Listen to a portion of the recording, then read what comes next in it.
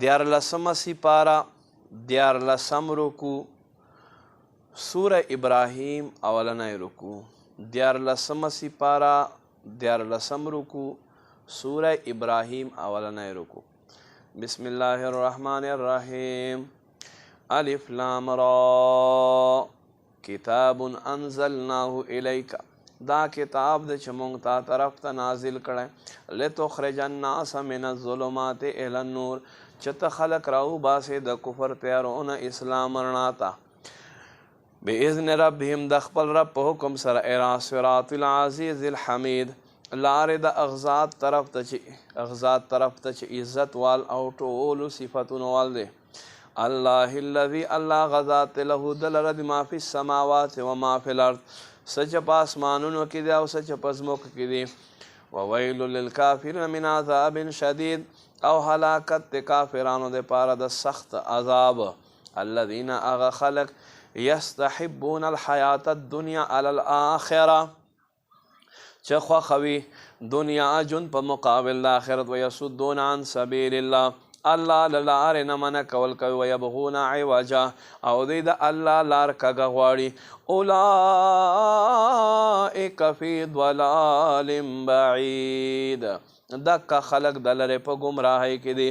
وما ارسلنا من رسول او موږ نه دي رالیږلي رسولان الا مگر رالیږلي موږ بلسان قومه د دوی قوم په ژبې سره لیبین لهم چې دوی ته صفا بیان کړي فیضل الله من یشاء پس الله چاته چې خوښه شي ګمراهي کړي ویهدي من یشاء چاته چې خوښه شي هدایت ورکوي وهو العزیز الحکیم هغه ذات حکمت عزت وال حکمت وال دی ولقد ارسلنا موسی بآیاتنا بېشکه ضرور مونږ راولېږلو موسی په خپلو نښو سره ان اخرج قومک من الظلمات الى النور دا چې خپل قوم خلق وباسه تیارونه رڼا ته وذکرهم بایام الله دوی ته د الله ورځې ور یادې که ان فی ذلک لآیات لکل صبار شکور بېشکه په دې کې نښې دي هر صبر او شکر ګزار لره